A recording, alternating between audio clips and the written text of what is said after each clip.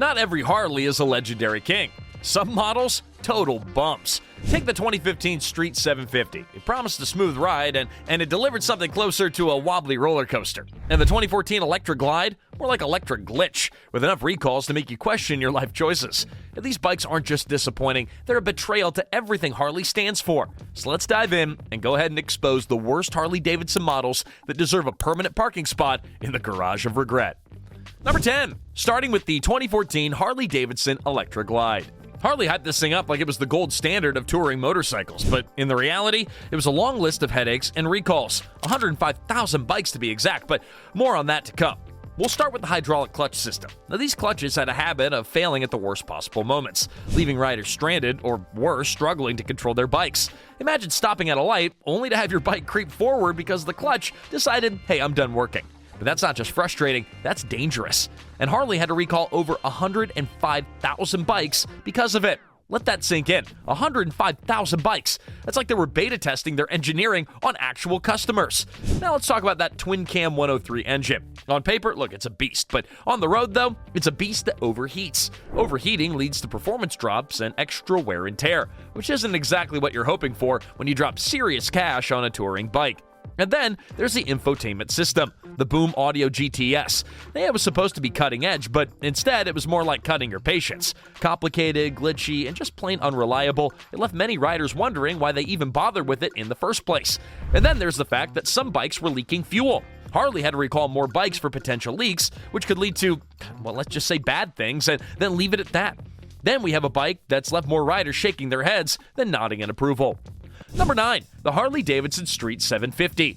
Let's get into why this two-wheel mistake has earned a bad rap.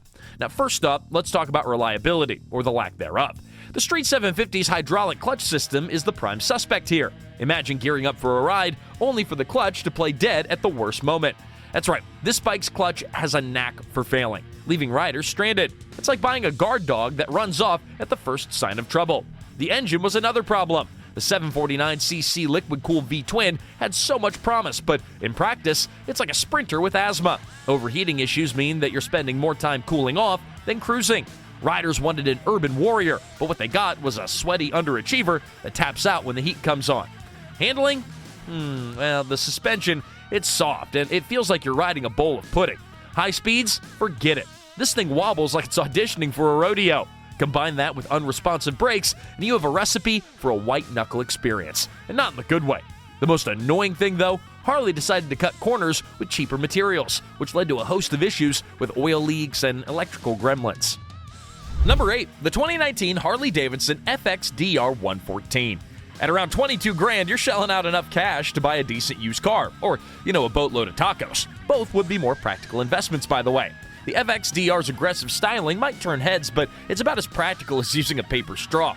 On the surface, it packs a Milwaukee 8 114 engine delivering 119 feet per pound of torque. Forget the long-distance rides. This bike's comfort level is strictly for short commutes, and even then, it's still debatable.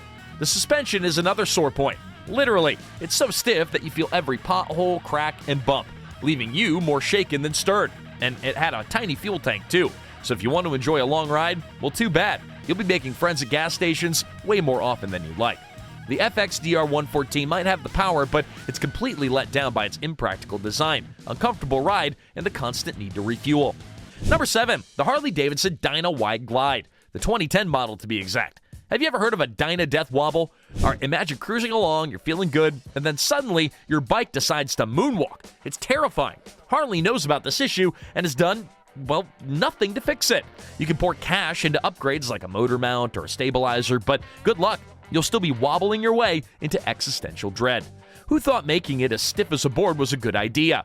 Riding this thing on rough roads feels like getting body slammed. Oh, and the brakes? Weak enough to make you question if they're even connected. You'll need to channel your inner Hulk just to stop this thing. And then you've probably overshot your turn by a mile. Taller riders, you're not safe either. The cramped seating position ensures your knees are basically hugging your ears. Harley really said, hey, one size that fits none with this one. Number 6, the 2011 Harley-Davidson Blackline. Imagine grabbing a bunch of old parts, swing arms here, a skinny frame there, and then slapping them together like a bad DIY project. That is the Blackline. It had this unfinished vibe that screamed, "Hey, we gave up halfway through," which, surprise, didn't sit well with die-hard Harley fans. And the features, or rather lack of them, there was no fuel gauge, you're flying just blind on long trips, praying to the gas gods, and the seating position was a backbreaker. Perfect if you're into chiropractic visits. Sure, it had a 96 cubic inch motor, but performance alone, it couldn't save bad design. Avoid this misfire. Number 5, the 2004 Harley-Davidson Sportster. On paper, it's got that Harley swagger, but once you've ridden it, you'll realize it's more drama than it's worth. Riders have reported it jumping out of gear unexpectedly, and no, that's not a feature. Hard shifts and missed gears were practically baked into the design, turning what should have been a smooth ride into a mechanical argument. Then there's the clutch, loose, inconsistent, and constantly demanding attention. It's like that one friend who always needs a ride but never chips in for gas. Adjusting it regularly became part of the ownership experience, and not in the fun tinkering way. More like the "why did I buy this" kind of way. Let's talk leaks. The bike dripped oil like it was auditioning for a bad infomercial. Owners reported their garage floors turning into slip and slides, thanks to the Sportster's inability to keep its fluids where they belong. Add to that electrical issues, because why stop at one headache, and you've got a bike that's less ride-ready and more fix-me-always. The worst part? The maintenance bills. Owning this bike felt like constantly feeding quarters into a bottomless vending machine. Yeah, sure, it looked like a Harley should, but form over function, it doesn't cut it when you're stranded on the side of the road. Number 4, the 2019 Harley-Davidson Sportster. All right, you're cruising down the highway, wind in your hair, and then nothing. Battery's dead. That's what you signed up for with the 2019 Harley-Davidson Sportster. Now, before the Harley loyalists start revving their engines in protest, hey, just hear me out. The bike has issues. Owners report chronic battery drain and charging system failures that will leave you stranded faster than you can say tow truck. And diagnosing the problem? Well, hell, good luck, because it's trying to find a needle in a haystack that's also on fire. Now let's talk about gears. This bike loves to play hide and seek with its gear shifting system.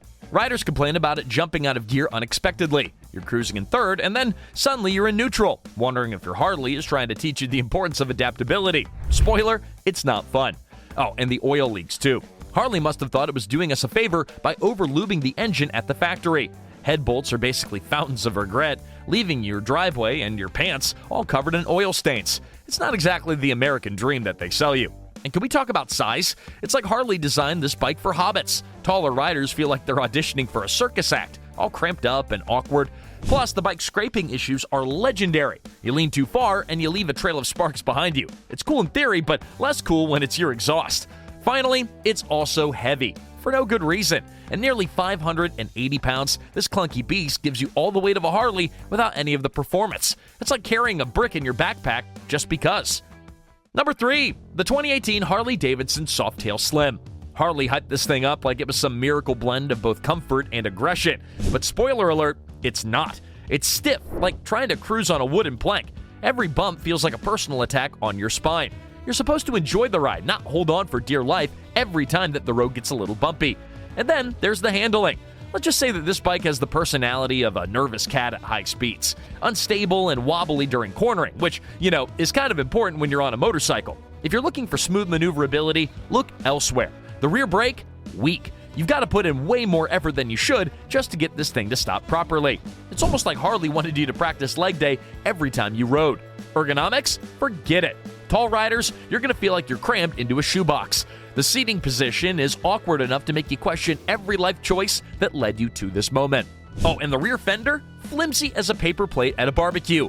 Harley must have been on a weight loss kick with this bike because they cut corners in all the wrong places. It's like they ran out of budget halfway through and said, good enough. And don't even get me started on the kickstand. It's under the floorboard, so you're left doing a blindfolded trust exercise every time you park it. Plus, the reduced lean angle, it's so shallow, you'll second guess whether it'll even hold your bike upright. Spoiler, it's not confidence-inspiring. Finally, the spark plugs. Harley decided to play hide and seek with these two. Two were easy to reach, but the others, you're pulling the tank to get to them. And let's be real, nobody wants a do-it-yourself spark plug marathon every time that they need maintenance. Number 2, the Street 500. Let's start with the engine. Harley's 494cc Revolution X V-twin. It might sound fancy, but it's more bark than bite. With just 34 horsepower, this thing struggles to keep up with traffic, let alone deliver that adrenaline rush that you would expect from a Harley. Torque? Well, it's there for about 2 seconds, and then it vanishes faster than a free donut at a staff meeting. By 3,500 RPM, you're left with nothing but noise, and not the cool kind. Build quality? Oh boy. The Street 500 seems to have been assembled with the same enthusiasm as a Monday morning meeting. Owners complain about engine misfires, glitchy transmissions, and electrical issues that make you wonder if it's powered by a haunted house. And let's not forget the hydraulic clutch. It's less of a system and more of a stress test for your patience. It's grabby, unreliable, and just downright dangerous at times. The brakes are another adventure. The rear brake feels like Harley decided to skimp on stopping power as an experiment. It's mushy, unresponsive, and makes you stomp harder than a kid trying to squash a bug.